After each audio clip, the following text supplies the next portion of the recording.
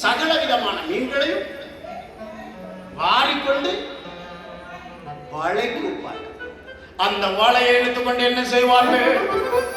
நல்ல மீன்களை கூடையில் கொண்டு சேர்ப்பார்களே, ஆவாத மீன்களை கூரை எறிவார்களே. அப்படிதான் அந்த நாளில் நடக்கிறது அம்மா. எரிகோ பட்டணத்தில் இருக்கிற மக்களை அழிக்கும்படியாக, அதில் நல்ல மீன்களாக தேவனை ஏற்றுக்கொண்ட ஒரு குடும்பத்தை பாதுகாக்கும்படியாக அங்கே இஸ்ரவேலர்கள் உள்ளே வருகிறார்கள். நாம் எப்படி? நோவாவிலே ஒரே குடும்பம் மட்டும் காப்பாற்றப்பட்டது. நோவா குடும்பத்தை போல நாம் இயேசு கிறிஸ்துவினுடைய குடும்பத்தில் இருக்கிறோமா? இன்னைக்கு யோசித்து பார்க்க அழைக்கப்படுகிறோம். அருமையானவங்க, முடிக்க போகிறேன். இந்த ராகாபுக்கு ஒரு பெரிய ஆசீர்வாதம் என்ன தெரியுமா?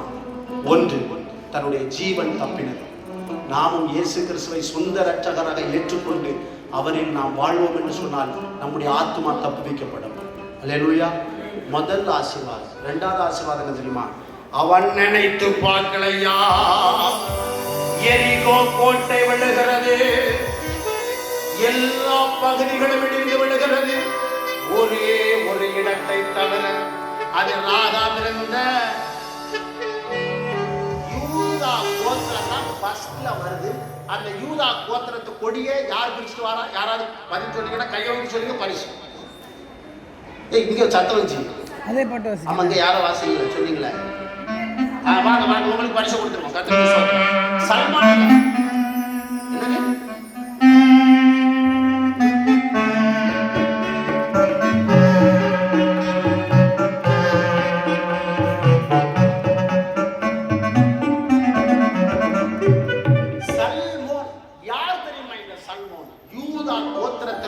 பிரபுவாக இருக்கிறான். இந்த சல்மோன் இந்த காரியத்தை பார்க்கிறான். அவருடைய விசுவாசத்தை கண்டு ஆச்சரியப்படுகிறான். பிரபுவின் குடும்பத்தில் இருக்கின்றான். அவள் சொல்லுகின்றான், உன்னை ஒன்று கேட்பேன், நான் உன்னை ஒன்று கேட்பேன்.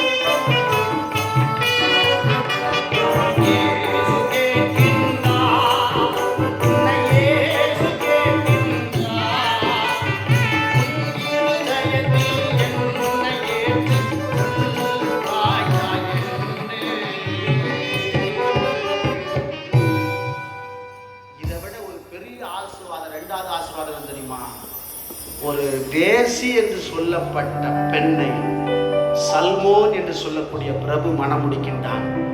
இவர்களுடைய சந்ததியிலே தான் தாவீது ராஜா வருகிறார். தாவீது ராஜாவுடைய சந்ததியில தான் இயேசு கிறிஸ்து வருகின்றார். வேதத்திலே ஒரு வசனம் உண்டு, அவர் சிறியவனை புழுதியிலிருந்து எழுந்தார். சேர்ந்து சொல்லுங்களா, அவர் எளியவனை அவனை பிரபுக்களோடும் நம்முடைய ஆண்டவரால். ஒரு இரத்தத்தினுடைய மகிமையை பாருங்களேன், அவளை விலையேற பெற்ற ஒரு சந்ததியில கொண்டு நிற்க விட்டதம்மா. நீங்க ஆண்டவர் உங்களே அப்படி ஆசீர்வதிக்க விரும்புகிறார். கண்களை மூடி நம்ம ஜெபிக்க போகிறோம். ஒரே ஒரு வாழ்க்கை தான், 70 80.